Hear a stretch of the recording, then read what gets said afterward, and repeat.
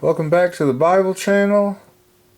We are continuing our review of early English Bibles, and this will be the final individual of the early English Bible collection that I have at the moment. This is the 1611 King James Version that at least old school Christians are very familiar with. This has what's called the Apocrypha. They got it sandwiched in between. There we go. Sandwiched in between the Old and New Testaments. So if you value that Apocrypha, that's all in here. The Apocrypha was in the original King James Version. Here, I'll read the back of what this says and then talk more about it. It says 1611 edition King James Version.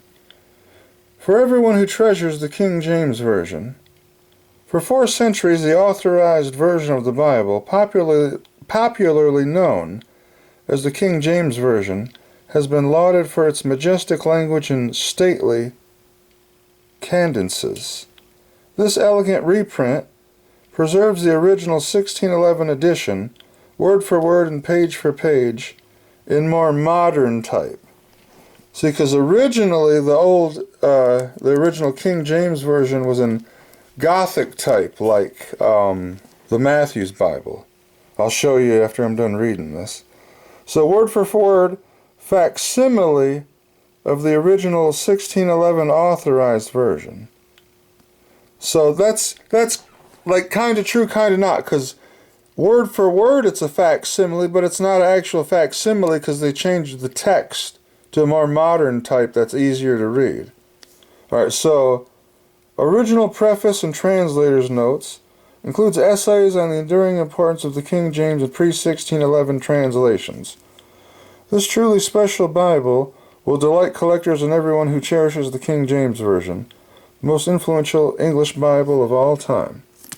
So this is very reasonably priced, because you can buy facsimiles of the King James Bible, and I've seen them go for $1,000, $1,500, because it's legitimate, 17 inches tall and 12 inches wide, like the original was, with all the Gothic print and all that. And I wouldn't mind having that, but I got better things to spend $1,000 on.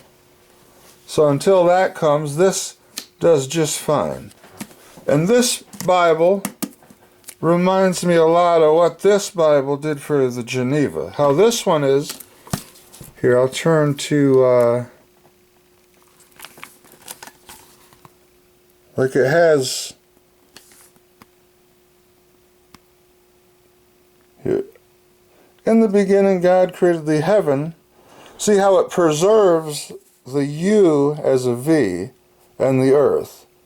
And the earth was without form and void, and darkness was upon, and again preserving that. But they do it in modern font.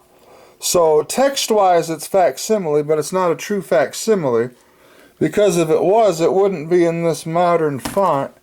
The font actually would look like the font in this Matthew's Bible, because this is the font that the original King James was in. It would look more like that.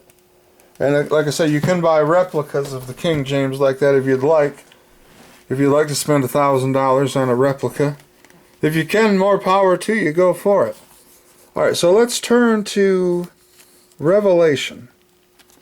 I believe I got my first King James Bible when I was 9 years old.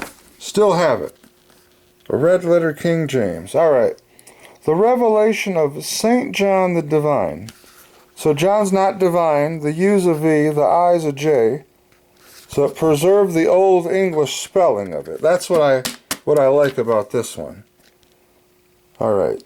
It says, the revelation of Jesus Christ that God gave unto him to show unto his servants things that must shortly come to pass. And he sent and signified it by his angel unto his servant John, who bare record of the word of God and the testimony of Jesus Christ, and of all things he saw. Blessed is he that readeth, and they that hear the words of this prophecy, and keep those things that are written therein, for the time is at hand. So it reads just like the King James that everyone knows today. It's just the spelling. It uses the Old English spelling for a lot of them. So this is a thing that interests you. I mean, go ahead and pick it up. If you're a collector like me, definitely pick it up. But the King James Bible, it took a while to replace, as they say, the Geneva Bible, because the Geneva had all the notes and stuff. But eventually the King James Version of 1611 did surpass the Geneva, and now it's called the, quote, world's bestseller, unquote, and a lot of things. So I hope you enjoyed these reviews, these individual reviews of the early English Bibles. Stay tuned, because next week I will be reviewing all of the English Bibles together and comparing them with each other.